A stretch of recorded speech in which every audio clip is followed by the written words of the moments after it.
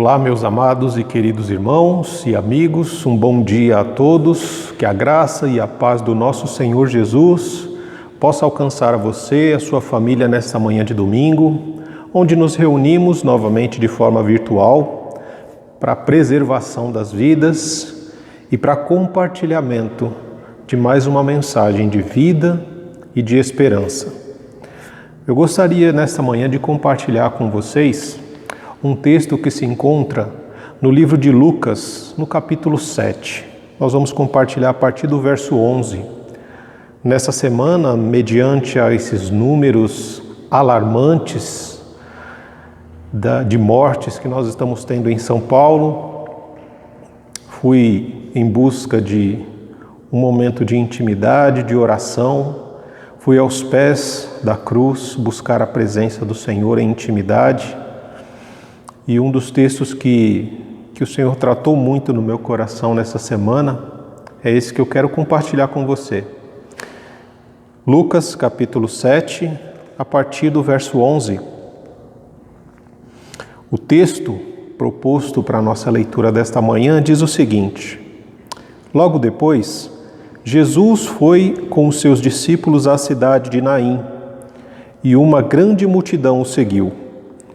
Quando ele se aproximou da porta da cidade, estava saindo o enterro do único filho de uma viúva, e uma grande multidão da cidade a acompanhava.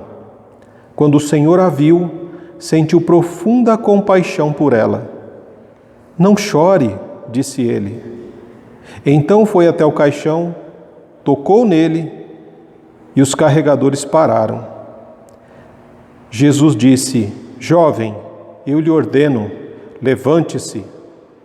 O jovem que estava morto se levantou e começou a conversar, e Jesus o devolveu à sua mãe.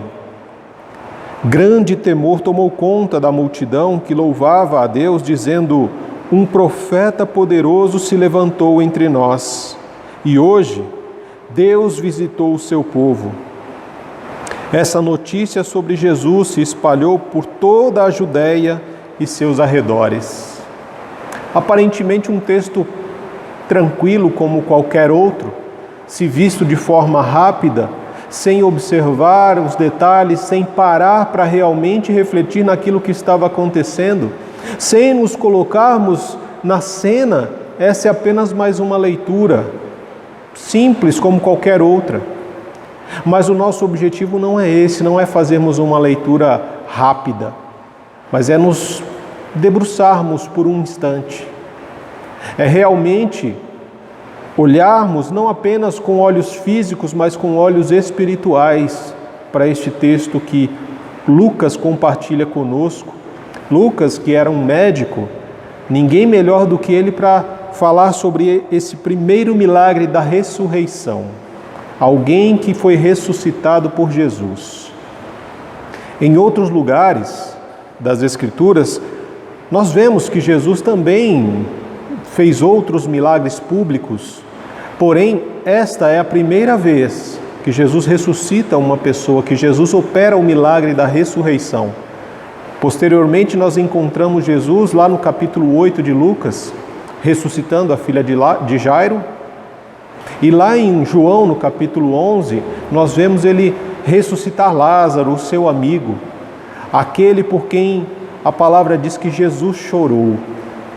Aquele foi um momento em que realmente Jesus sentiu a nossa dor, a dor da perda, a dor que a morte imputa a cada um de nós, quando perdemos um ente querido, um amigo, uma pessoa que estimamos. Nós somos tomados pela dor, pelo desespero, pela tristeza, por um sentimento de vazio. Em João, no capítulo 11, Jesus sentiu tudo isso. E naquele momento ele transbordou na lágrima, ele chorou. E nessa passagem em que encontramos o Senhor Jesus indo até a cidade de Naim, o texto, a partir do verso 11, ele começa dizendo que logo depois Jesus foi com seus discípulos à cidade de Naim. Logo depois do quê? Do que é que Lucas estava falando?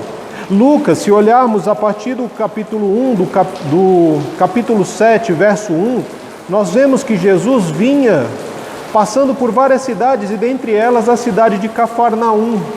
Cafarnaum é também conhecida como a cidade da Consolação.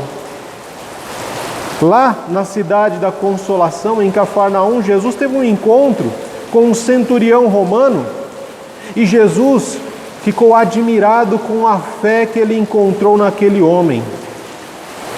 Um gentio que realmente tinha fé na palavra de Deus. Um gentio, alguém que não era do povo judeu, mas que realmente confiava, cria de que a palavra de Jesus teria o poder de trazer saúde, restaurar a saúde do seu servo que estava adoentado.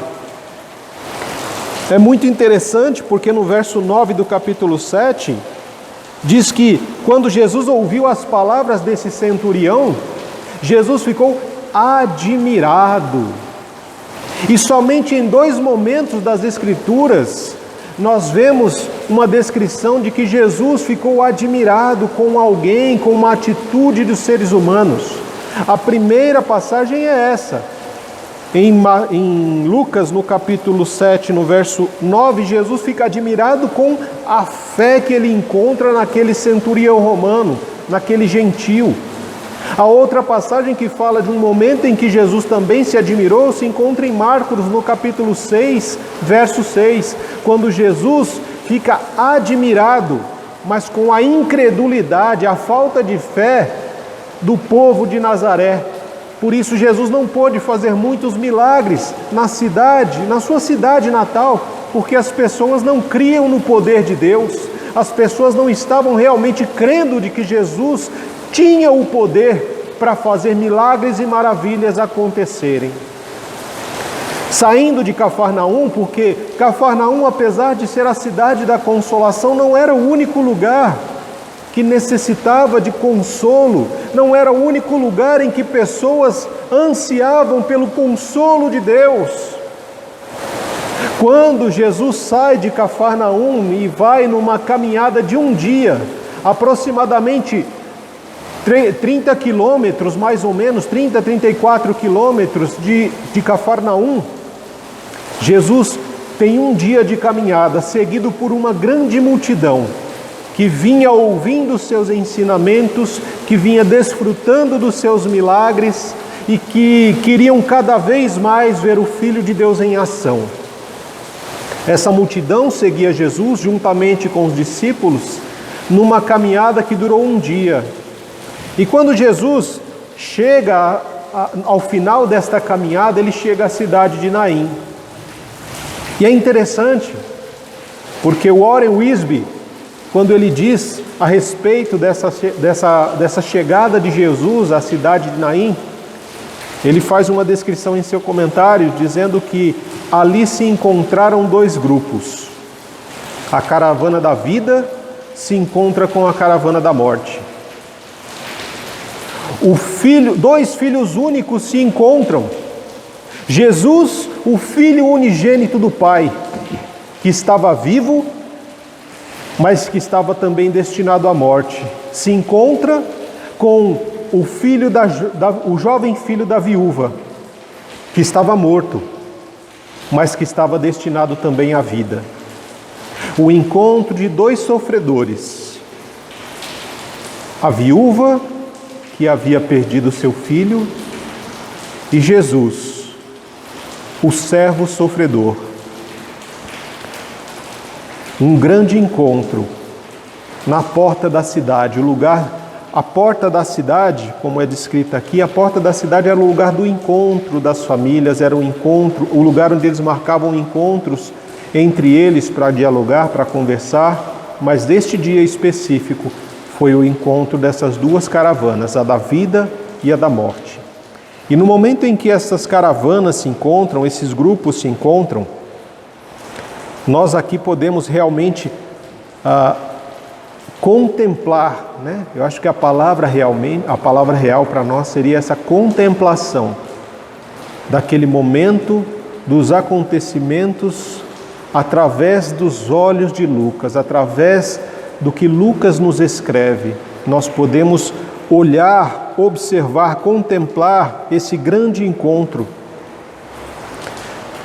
Quando Jesus, que representa a vida, chegou à porta da cidade, um enterro estava saindo por aquela mesma porta.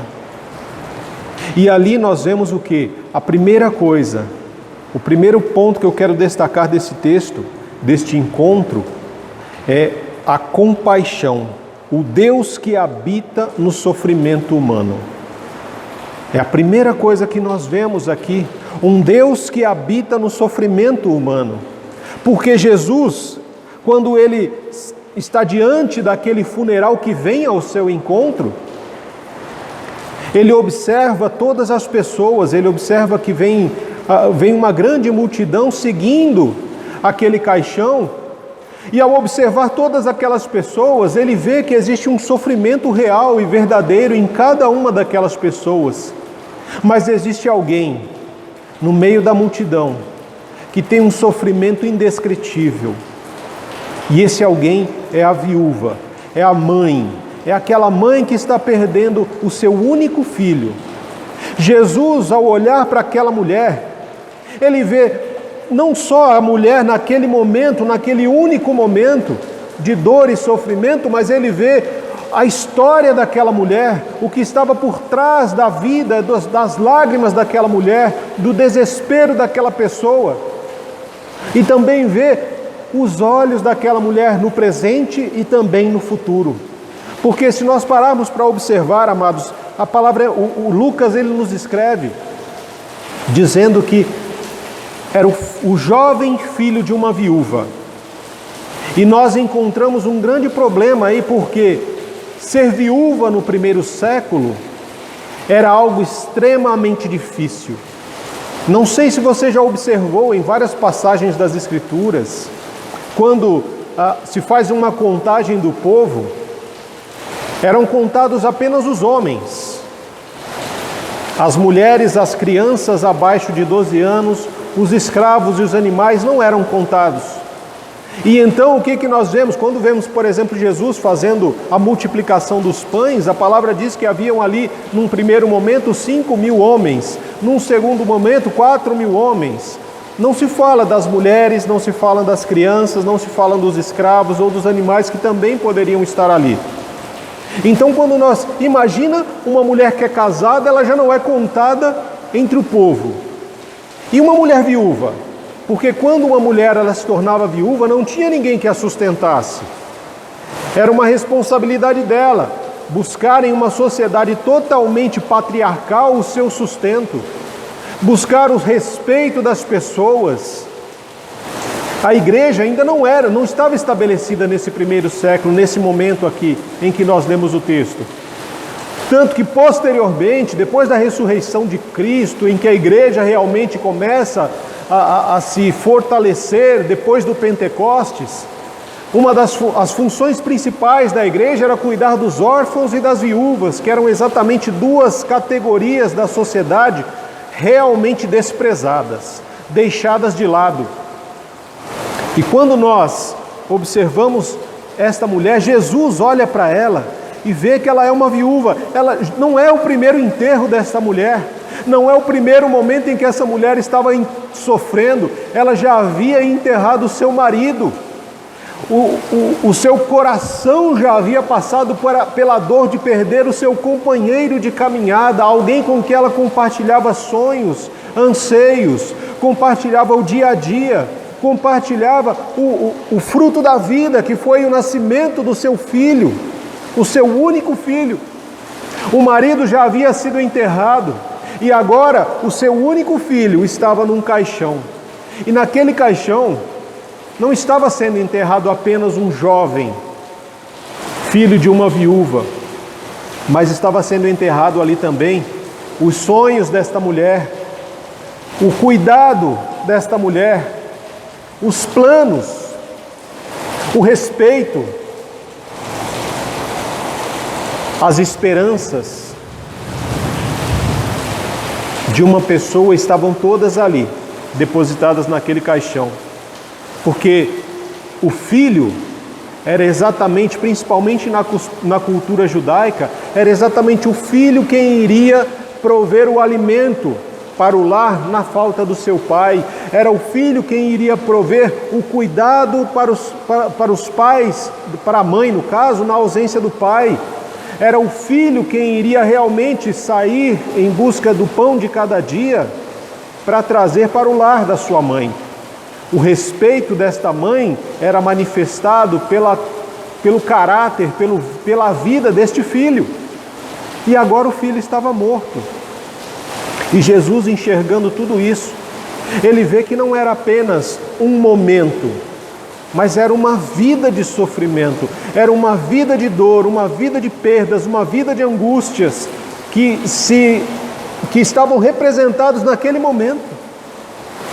E o interessante é que esta mulher, diferente, por exemplo, do centurião que nós vimos no começo do capítulo 7, que ele vai até Jesus e ele pede ajuda, ele pede socorro, diferente de Jairo, que vai até Jesus e pede pela sua filha, diferente das irmãs de Lázaro que vão ao encontro de Jesus pedir para que ele venha, porque o Lázaro já estava muito doente. Diferente de todos estes, essa mulher não pede nada para Jesus.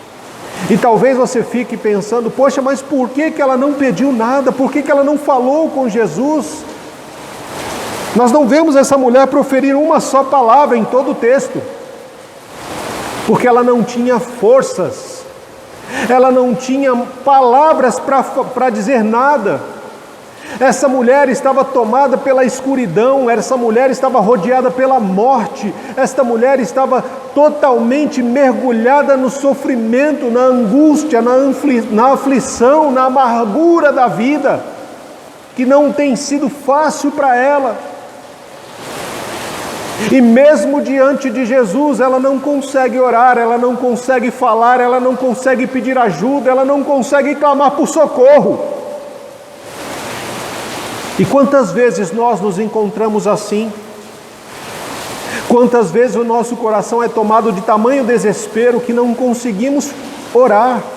Nos ajoelhamos, mas as palavras não chegam aos nossos lábios. A gente não consegue formular uma frase para dizer a Deus. Não conseguimos porque somos tomados pela dor, somos tomados pelas circunstâncias, somos tomados por uma escuridão que vai nos envolvendo de fora para dentro e vai sugando todas as nossas energias, todas as nossas forças, toda a nossa esperança, toda a nossa alegria, toda a nossa disposição. Nós somos muitas vezes sugados pelas circunstâncias. Aqui é a descrição de um funeral, mas pode ser a descrição, meu querido, minha querida, de um emprego que te suga, que te tira as forças, a energia, a alegria de viver. Pode ser a perda do emprego que de repente levou embora esperanças, planos e sonhos. Pode ser a perda de um ente querido, pode ser uma doença, pode ser alguém que está lutando entre a vida e a morte num leito de hospital, pode ser alguém que está na fila de um leito de hospital e que não consegue mais nem orar, não consegue falar com Deus, não consegue clamar por misericórdia ao Senhor. Essa era a situação desta viúva. Alguém que, imagina a mente desta mulher. O que eu vou fazer da minha vida agora? Já enterrei o meu marido, já não tenho mais esperanças para um novo relacionamento, já não tenho mais esperanças porque o meu marido se foi e agora eu estou enterrando o meu filho. A descendência da minha família encerra-se agora. Meu marido foi enterrado, meu filho está sendo enterrado, a descendência da nossa família está extinguida. Os nossos sonhos, planos, também estão sendo enterrados. Não existe mais alegria, não existe mais sonhos, não existem mais esperanças, não existe mais disposição. Apesar desta mulher estar rodeada por uma multidão, ela se sente sozinha, desamparada, desesperada. E é exatamente nesse momento que Deus habita na dor do ser humano. É exatamente nesse momento que Jesus, que vem com a carruagem de vida, com a caravana da vida, ele para e ele observa que todos ali sofriam, mas tinha alguém que realmente sofria muito mais intensamente. Era uma dor profunda, era uma dor na alma, era uma dor existencial. E Jesus não apenas olha para esta mulher, mas eu sou apaixonado pela palavra de Deus, porque esse Deus manifestado em Jesus, a palavra nos diz no verso 13, que quando ele viu aquela mulher, ele sentiu profunda compaixão por ela. Deus habita no sofrimento humano. De que forma? Ele vê o seu sofrimento, ele viu o sofrimento daquela mulher, e ele não vê de forma indiferente o nosso sofrimento, a nossa dor, mas ele sente profunda compaixão. E essa palavra profunda compaixão, meus queridos, é como se Jesus fosse tocado nas entranhas. É como se Jesus tirasse a dor daquela mulher e trouxesse para realmente sentir o que é que essa pessoa está sentindo. Ele trouxesse, pegasse a dor daquela mulher e trouxesse para dentro do seu próprio peito. É como se ele dissesse: eu quero sentir a dor dessa pessoa, para realmente entender o que ela está passando. É isso que Jesus faz, ele sente uma profunda compaixão. Ele sente a dor daquela mulher, ele sente o desespero, a dor, o sofrimento de uma mãe que está enterrando o seu único filho. Ela sente a dor, o desespero e o sofrimento de uma mulher que já enterrou o seu marido. Ela sente a dor, ele sente a dor, o sofrimento e o desespero daquela mulher que não sabe como será o dia de amanhã. E Jesus, ele sente isso por mim, sente por você. Quando ele contempla o sofrimento daquela mãe, ele realmente contempla a perca de sonhos, de esperanças e alegrias de vida. Quando ele para diante daquela mulher, ele é tomado, creio que pelo Espírito Santo totalmente ali, quando ele se torna o Deus de toda a consolação. Quando ele olha nos olhos daquela mulher, e talvez não de forma física, né? A palavra não descreve para mim, para você, que Jesus tocou nesta mulher, que de repente ele enxugou as lágrimas dela, mas as palavras de Jesus são cheias de ternura, apesar da nossa leitura nos dizer que Jesus dá uma ordem para aquela mulher. Ele fala duas palavras que eu e você, quando nós ouvimos essas palavras, aí é que nós fazemos. Quando nós estamos desesperados, quando nós estamos sentindo uma dor tremenda no nosso peito, um sofrimento profundo, e alguém chega para você e diz assim: não chora. Aí é que nós choramos. Parece que a pessoa toca na ferida e aquela dor se intensifica e mais lágrimas brotam dos nossos olhos. E Jesus, essas palavras dele, não chore, elas trazem tamanha ternura, porque a palavra diz antes que ele fez o quê? Ele sentiu profunda compaixão. Então Jesus não chega para ela de uma forma áspera, seca: pare de chorar ou não chore. Não. Ele vem com as palavras daquele que é o Deus de toda a consolação. São palavras cheias de ternura. Essas palavras, elas são proferidas como se Jesus acolhesse esta mulher num abraço totalmente amoroso e cheio de compaixão e ternura. Como se Jesus tocasse no rosto daquela mulher e com seus polegares ele enxugasse as lágrimas dessa mulher. E ele diz a ela: não chore. Quando eu li essa expressão de Jesus, não chore, Eu me lembrei também de que em Mateus, no capítulo 5, Jesus diz que bem-aventurados são aqueles que choram porque serão consolados. Essa mulher é bem-aventurada, porque ela pôde desfrutar do consolo de Jesus. E mais, a palavra do Senhor em Apocalipse diz que nenhuma das nossas lágrimas são em vão, que todas as nossas lágrimas são recolhidas, para que posteriormente sejam utilizadas como julgamento para o mundo presente. Então as lágrimas de sofrimento, de dor, de angústia, de aflição na alma desta mulher, elas estavam sendo consoladas e recolhidas neste momento pelo Deus de toda a consolação, por aquele que habita no sofrimento humano. Jesus estende o seu amor, a sua misericórdia, a sua compaixão para esta mulher. E uma vez que nós vemos aqui o Deus de toda a compaixão, o Deus que habita no sofrimento humano, nós vemos também que o poder de Deus, ele triunfa sobre a morte. A vida triunfa sobre a morte. Quando todas as pessoas procuravam meio que se afastar do caixão, porque era um caixão neste momento aqui, era um caixão aberto, o caixão não estava fechado. E o morto estava envolvido em uma mortalha, um pano que envolvia aquele morto, que preparou todo o corpo. Havia apenas um corpo. As pessoas se afastavam, procuravam manter uma certa distância daquele defunto. Porque as questões cerimoniais dizem que se você tocar em um defunto, você se torna impuro para adorar a Deus no templo por um período. Você não pode estar indo ao templo por um período, porque você tocou no morto, você se torna impuro.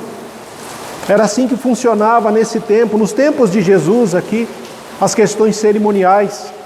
Então, enquanto as pessoas elas apenas observavam o sofrimento da viúva e se compadeciam, mas não tanto quanto Jesus. Elas sentiam dor, sentiam tristeza pela perda daquele jovem, sentiam a perda da viúva, mas não tanto quanto Jesus sentiu. Enquanto a multidão olhava, Jesus também olhava, mas de uma forma diferente, porque o olhar de Jesus fazia com que ele se enchesse de profunda compaixão e realmente falasse palavras para aquela mulher que trariam consolo para sua alma. Enquanto a multidão procurava se afastar, Jesus, que é o poder de Deus, representando a vida, ele triunfa sobre a morte, porque ele se aproxima do caixão. E ele não só se aproxima, mas ele toca o caixão.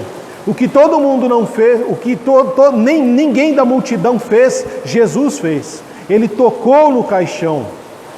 E uma vez que ele tocou naquele caixão, ele não só tocou, mas ele também proferiu palavras de autoridade. Naquele momento, o texto nos diz claramente, Jesus disse, no verso 14, jovem, eu lhe ordeno, levante-se. Jesus deu uma ordem para aquele corpo. Jovem, levante-se. Talvez aos olhos das pessoas, talvez naquele momento, ninguém disse, mas talvez pensaram, esse homem é maluco. Quem é esse louco que está mandando um corpo morto levantar? Será que ele não sabe que mortos não ressurgem? Eu creio que naquele momento, a dúvida pairou sobre as mentes e corações das pessoas. A expectativa, será que este morto vai levantar? Ou será que esse homem vai passar uma grande vergonha diante de toda essa multidão? Tinha a caravana que vinha com Jesus, que já tinham visto Jesus manifestar e fazer alguns milagres, mas até aqui ninguém viu Jesus ressuscitando mortos. Era algo novo, era algo que iria acontecer ali diante dos olhos deles pela primeira vez. E do outro lado, uma caravana da morte, aqueles que traziam aquele corpo para enterrá-lo. E Jesus dá uma ordem: jovem, eu lhe ordeno, levante-se. Meus amados, meus queridos, a palavra do Senhor nos diz que o jovem que estava morto se levantou e começou a conversar. E o jovem começou a falar.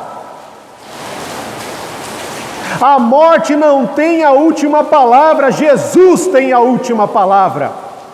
A morte, quando a vida, ela toca a morte, prevalece aquele que tem maior poder. Neste caso, Jesus. Ele diz: eu sou o caminho, a verdade e a vida. Ninguém vem ao Pai se não for por mim. Ele diz: eu sou a ressurreição e a vida. Ainda que esteja morto, se creres em mim, irá ressuscitar. E diante dos olhos dessas pessoas, aquele rapaz começa a falar. O silêncio da morte foi rompido pela palavra da vida.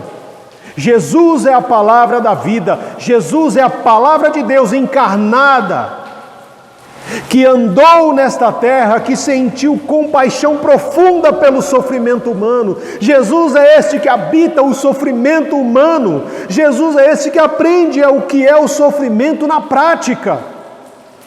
Ele aprendeu o que é sofrer perdendo um ente querido, como ele aprendeu o que é sofrer a morte na sua própria carne. Mas a morte não teve poder para conter Jesus, porque ela foi vencida por Cristo, ela foi vencida por aquele que veio ao mundo, habitou na dor humana, manifestou o poder de Deus sobre a morte e venceu na cruz. Quando a vida é manifestada na palavra de Jesus, a morte não consegue contê-la. A morte não tem a última palavra, mas Jesus é quem tem a última palavra, meus queridos. E a palavra de Deus, ela nos diz que chegará um tempo, todos nós haveremos de enfrentar a morte, mas chegará um tempo em que Jesus trará a vida novamente, todos esses que perderam a vida.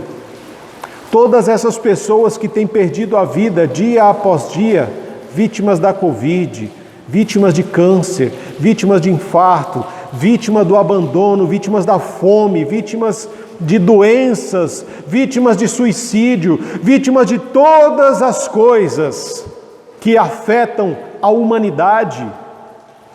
Todas essas pessoas serão trazidas novamente à vida para o julgamento eterno. Hoje, eu e você temos a oportunidade de dar continuidade à nossa vida. Mas diante de você, nesta manhã, eu compartilhei com você sobre um Deus que manifesta, que habita na dor humana, no sofrimento humano. Eu compartilhei com você sobre o poder de Deus que triunfa sobre a morte. Mas qual é o resultado quando nós temos um Deus que habita no sofrimento humano, que se enche de profunda compaixão pela dor e sofrimento que nós passamos, e que, movido por esta compaixão, Ele manifesta o seu poder de vida sobre a morte? O que isso reflete na minha e na sua vida? Ah, meus amados, o resultado de um Deus que habita o sofrimento humano com tamanha compaixão e manifesta o seu poder de vida, triunfando sobre a morte. O resultado disso na minha e na sua vida é esperança. Esperança. Um Jesus, um Deus que nos devolve a esperança. É isso que acontece. O final do verso 15 diz que Jesus o devolveu à sua mãe. Jesus não estava devolvendo simplesmente um ser humano a outro. Jesus, Ele devolveu vida àquele ser humano que estava morto, e esse ser humano depois, ele vai morrer novamente, porque a vida foi devolvida a um corpo mortal. Este jovem que recebeu vida, uma nova oportunidade de dar continuidade à sua caminhada, ele posteriormente morreu de novo, mas morreu de uma vez para sempre, para não ressuscitar mais neste mundo que eu e você vivemos, mas Ele vai ressuscitar sim, no último dia, para um julgamento eterno, aonde será observada a sua vida, as suas práticas. Esse jovem recebeu uma segunda chance. De repente ele estava fazendo coisas erradas, ele estava seguindo num caminho de morte. Não sabemos qual foi realmente o motivo da sua morte, desta primeira morte, né? Mas o que nós sabemos é que ele teve uma segunda oportunidade de consertar as coisas, de fazer diferente, de viver uma vida diferente.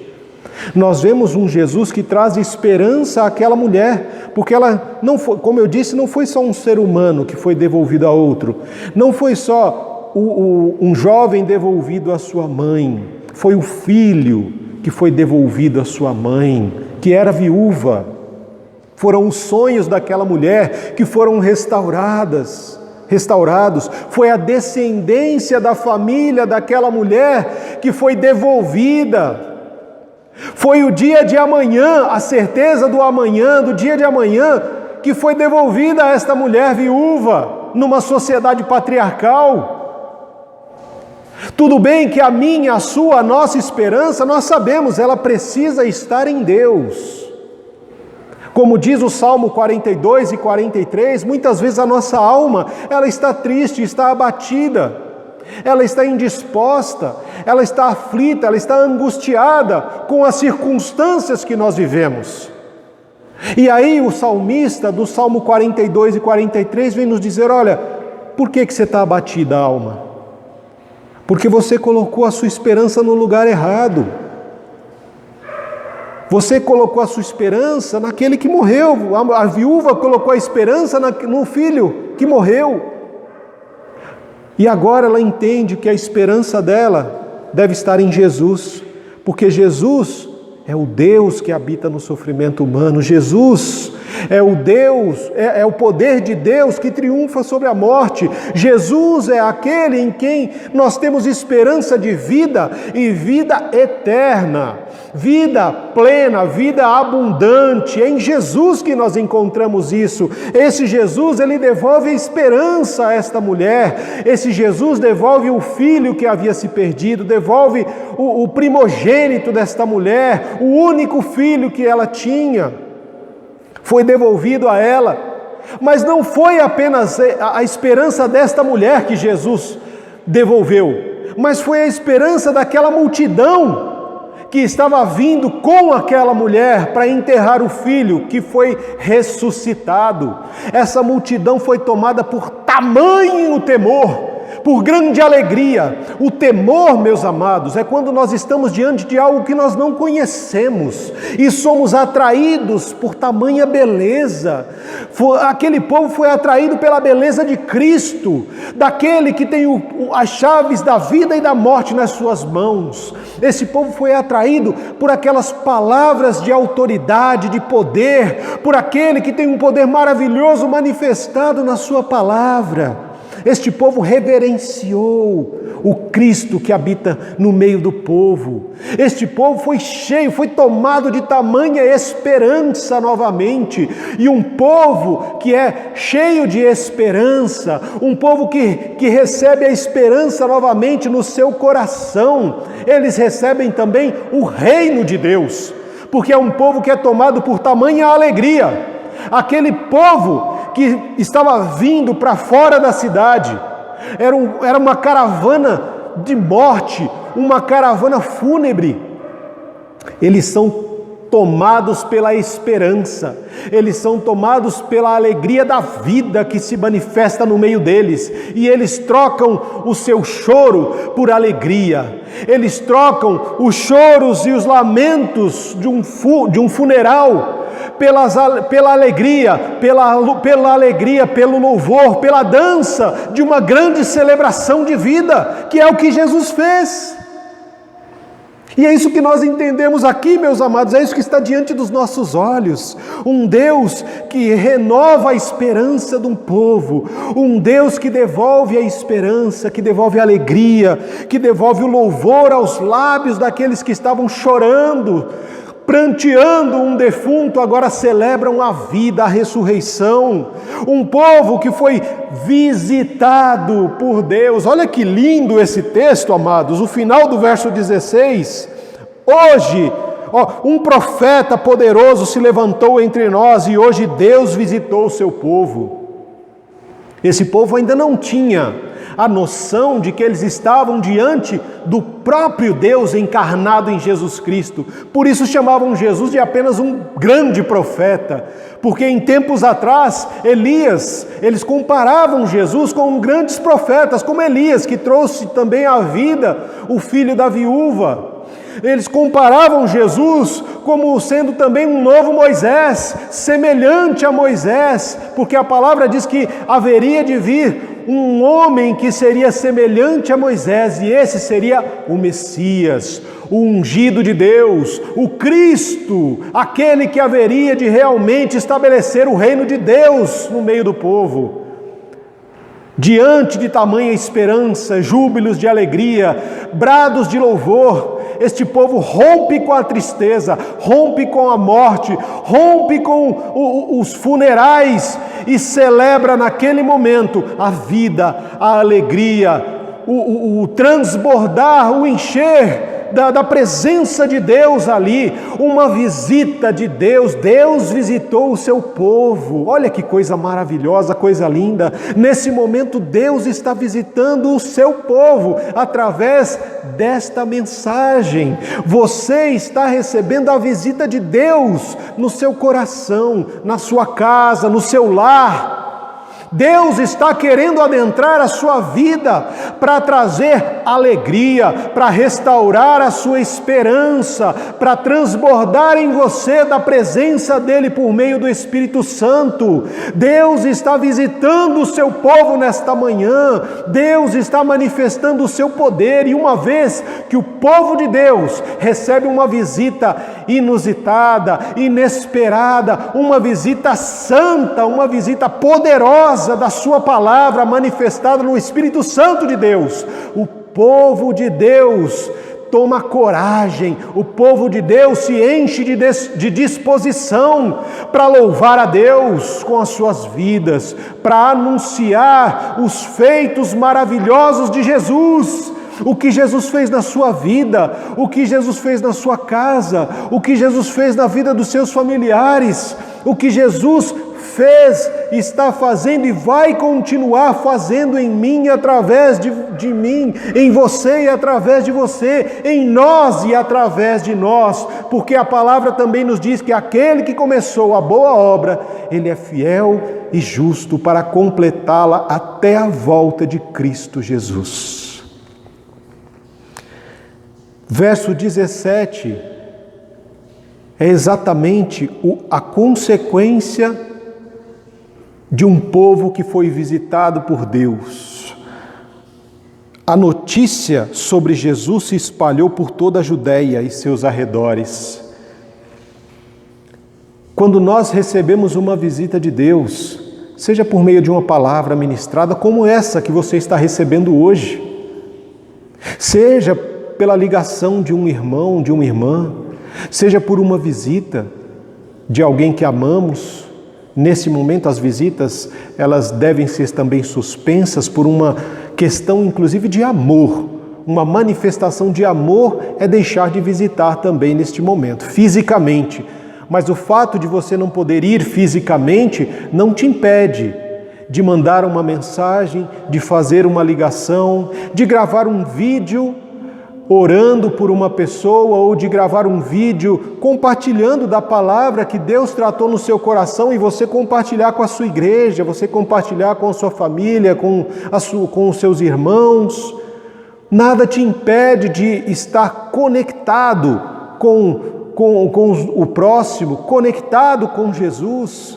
O povo de Deus, nós, quando somos visitados por Deus, o nosso coração, ele não apenas se enche de alegria, ele não apenas se enche de esperança, ele não apenas se enche de disposição, mas ele transborda, ele rompe os limites limites da nossa existência, Ele rompe os limites do nosso coração, da nossa mente, dos nossos lábios e transbordam em palavras de bênção, palavras de exortação, palavras de sabedoria.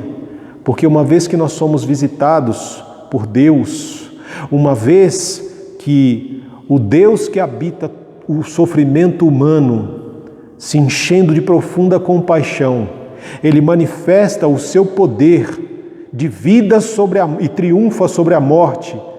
Ele renova a nossa esperança, Ele nos dá uma nova esperança, porque Ele é um Deus de profunda compaixão, de infinita sabedoria, de autoridade ilimitada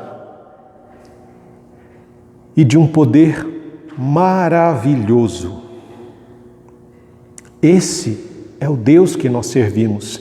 Esse é o Deus que compartilha de palavras de vida comigo e com você. Este é o Jesus que quer visitar você nesta manhã. Este é o Jesus que muitas vezes está batendo a porta do seu lar, a porta do seu coração. E você muitas vezes deixa a porta fechada. Você tira os olhos de Jesus e começa para olhar para as circunstâncias adversas. Você muitas vezes tira os olhos do amor e olha para os olhos da raiva. Você muitas vezes, ao invés de escolher o amor, você escolhe o ódio, a raiva, a dúvida, o medo. Porque o medo, amados, ele tem tomado o coração de muitas pessoas nos dias atuais. Essas pessoas, essas multidões que seguiam Jesus, tanto a caravana da vida quanto a da morte, eles tinham medo. Aqueles que seguiam Jesus não estavam completa e plenamente com o coração firmado em Jesus. Eles tinham medo do amanhã, eles tinham medo de não ter o que comer, o que vestir, tanto que Jesus, em outras passagens, vai tratar disso. E aqueles que vinham na caravana da morte, trazendo aquele caixão numa cerimônia fúnebre, eles eram tomados pelo medo, o medo da morte. Eu e você vivemos todos os dias. A palavra do Senhor, por meio do apóstolo Paulo, nos diz que nós somos entregues à morte todos os dias. Mas em todas as coisas nós somos mais do que vencedores em Cristo Jesus.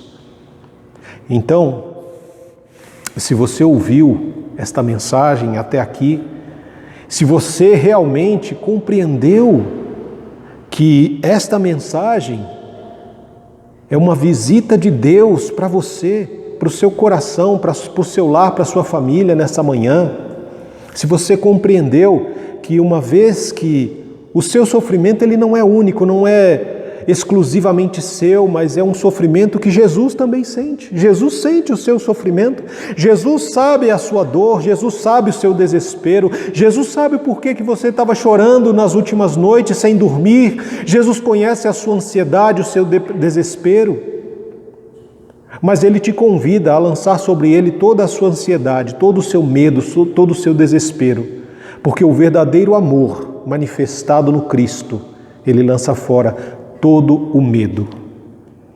Quero te convidar nessa hora a orar comigo,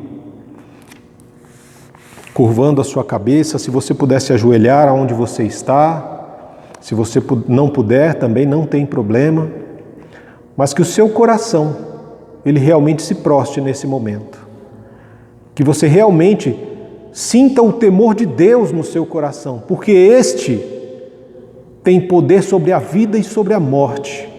O governo não tem. A morte só quer ceifar vidas, mas só Jesus tem poder para dar vidas. O governo não tem poder sobre vida e morte, as vacinas, porque se você de repente, nós criamos uma ilusão de que a nossa vida depende da vacina. Gente, as pessoas não morrem só de Covid. As pessoas morrem por outros fatores. Câncer, um atropelamento, um infarto, um AVC, uma insuficiência respiratória, uma insuficiência renal, uma insuficiência geral. pessoas morrem de assaltos nas ruas. Não é só a Covid que mata. Então o governo ele não tem poder de vida e morte. A vacina não tem poder de vida e morte. Somente Jesus tem poder sobre a vida e sobre a morte. Vamos orar. Deus de toda graça, de todo amor e de toda misericórdia, é ao Senhor que nós abrimos o nosso coração neste momento, é ao Senhor que nós elevamos a nossa voz em oração, porque reconhecemos o quão pequeno nós somos diante da grandeza do universo, diante da grandeza do mundo, diante da criação. Nós somos apenas seres simples e pequenos. Não temos o controle sobre a nossa própria vida, quanto mais da vida de outras pessoas. Não temos muitas vezes a alegria no dia a dia, porque algumas coisas nos foram limitadas, mas uma coisa nunca nos foi limitado: a Tua palavra, o Teu poder, a ação do Senhor em nossa vida, na nossa casa, no nosso coração. A Tua ação sobre nós produz vida, produz alegria, produz pessoas que estão sendo formadas à imagem e à semelhança do Cristo, para a manifestação da glória de Deus neste mundo. Pessoas que são chamadas para ser igreja onde quer que estejam. Pessoas que são chamadas não só para ser igreja, mas para brilhar, para manifestar o brilho do Cristo amado. Porque uma igreja que manifesta a luz no mundo é uma igreja que está muito, muito, muito próxima de Jesus. É uma igreja que está na presença de Deus. E quando estamos na presença de Deus, somos tocados pela santidade, pela vida, pelo poder do Espírito Santo. Oh Pai, em nome de Jesus, não sabemos ao certo, ó Deus, quando chegará a nossa hora, mas queremos vivê-la da melhor forma possível para manifestar o Teu poder e a Tua glória em nós. Queremos neste momento, Deus, pedir para que o Senhor nos encha do Teu Espírito Santo, que é a melhor oração que nós podemos fazer, é a oração principal de todo cristão, ser cheio do Espírito Santo do Senhor. Deus Todo-Poderoso, neste momento nós cremos, por meio da Tua palavra, que fomos visitados pelo Senhor, por meio dessa palavra santa que santifica o nosso coração. Talvez o nosso coração estivesse triste, indisposto, desesperançado, um coração abatido, ó Deus, cheio de aflição, angústia e dor, mas nessa hora eu creio, ó Deus, em nome de Jesus, que o Senhor visitou o Teu povo por meio da Tua palavra, levando o poder da vida, da alegria, da esperança aos corações, Deus. Em nome de Jesus, Pai, enche o Teu povo nessa hora, enche o Teu povo de disposição, enche o Teu povo de criatividade, de alegria, enche o Teu povo de esperança e amor, para que possam, em nome de Jesus, testemunhar desta palavra, testemunhar dela não apenas porque ouviram falar, mas porque foram tocados pelo Senhor nesta manhã, Deus. Em nome de Jesus, eu peço por esta pessoa que está ouvindo esta mensagem agora, Pai. Eu não sei se ela está ouvindo agora de manhã, se ela vai ouvir à tarde, ou se ela vai ouvir à noite, ou em um momento da madrugada, ou quando estiver desesperada e for conduzida pelo Teu Espírito a ouvir esta mensagem. Mas eu quero interceder por esta pessoa, para que o Senhor toque o seu coração, para que essa pessoa tenha um encontro contigo, ó Pai, que o Teu Espírito Santo possa visitá-la. Se ela ainda não entregou a sua vida ao Senhor, que ela possa fazer hoje, agora, nesse momento, que ela não perca mais tempo, ó Pai, porque os dias são maus. E basta a preocupação de cada dia para tirar o sossego muitas vezes do nosso coração. Mas uma vez que nós entregamos as nossas vidas no Teu altar, ó Deus, nós podemos desfrutar da paz que excede todo o entendimento. E que essa pessoa possa realmente dobrar os seus joelhos agora e confessar que o Senhor Jesus é o seu único e suficiente Senhor e Salvador. É o único que pôde encontrá-lo num momento de desespero. É o único que pôde encontrar esta pessoa num momento em que o mundo é tomado pela escuridão.